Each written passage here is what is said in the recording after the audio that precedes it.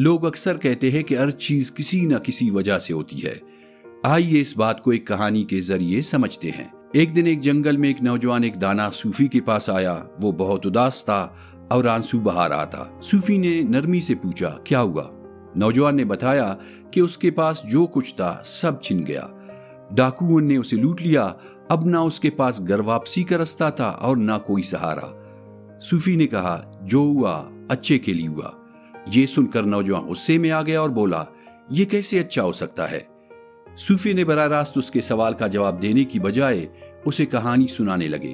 وہ کہنے لگے، بیٹا یہ کہانی غور سے سنے، اس کہانی میں تمہارے سوال کا جواب موجود ہے۔ صوفی نے کہا، ایک چھوٹے سے گاؤں میں ایک خوفناک سیلاب آیا۔ اس نے سب کچھ بہا دیا۔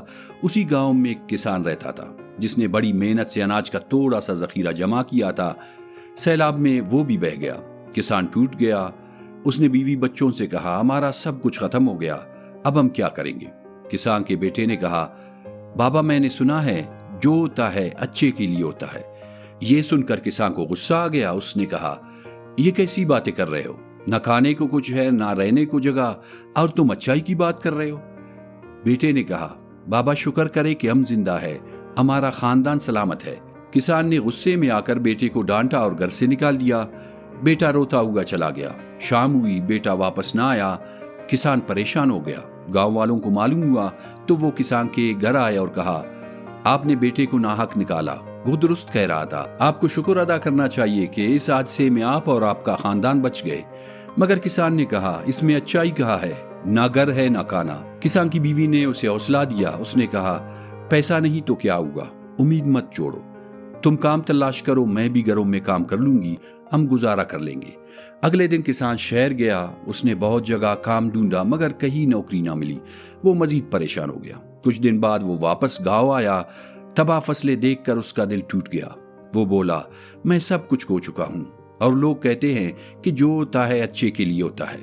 ایک بار پھر بیوی نے اسے ہمت دلائی۔ اس نے کہا، دوبارہ کوشش کرے، حالات بدلیں گے۔ کسان پھر کام کی تلاش میں نکلا۔ راستے میں اسے ایک دانا شخص ملا۔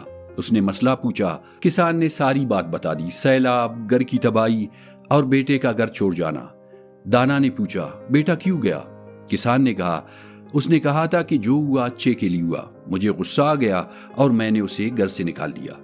دانا نے کہا، تمہارا بیٹا درست کہتا تھا۔ کسان پھر غصے میں آ گیا۔ اس نے کہا، میں تکلیف میں ہوں، کچھ بھی نہیں بچا، اس میں اچھائی کہاں ہے؟ دانا نے سکون سے کہا، صبر کرو، وقت خود جواب دے گا۔ اس رات کسان بہت سوچتا رہا کہ کیا واقعی ایسا ہو سکتا ہے۔ اگلے دن پھر وہ نوکری کی تلاش میں نکلا۔ اس بار اسے ایک امیر تاجر کے گھر نوکری مل گئی۔ تاجر اچھا تھا، تنخواہ بھی مناسب تھی اور رہنے کے لیے گھر بھی دیا۔ کسان اپنی بیوی اور بچوں کو شہر لے آیا۔ اب ان کی زندگی پہلے سے بہتر ہو گئی تھی۔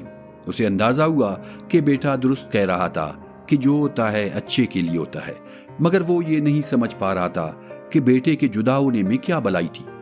ادھر بیٹا گاؤں واپس آیا۔ والدین نہ ملے تو شہر آیا اور اپنے والدین کو تلاش کرنے لگا۔ ایک رات اس نے اپنے والدین کے گھر کا دروازہ کھٹکھٹایا۔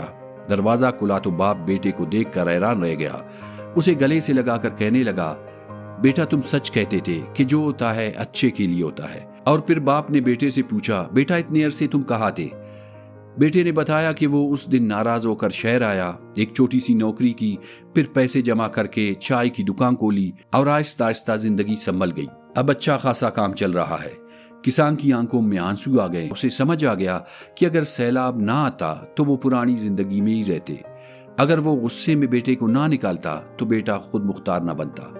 تب اس نے دل سے مان لیا کہ واقعی جو ہوا اچھے کے لیے ہوا۔ یہ کہانی سن کر نوجوان کا دل مطمئن ہو گیا۔ اس کا ایمان تازہ ہو گیا۔ وہ سوچنے لگا کہ شاید قسمت اسے کسی بہتر راستے کی طرف لے جا رہی ہے۔ نئی امید کے ساتھ وہ اپنے سفر پر روانہ ہو گیا۔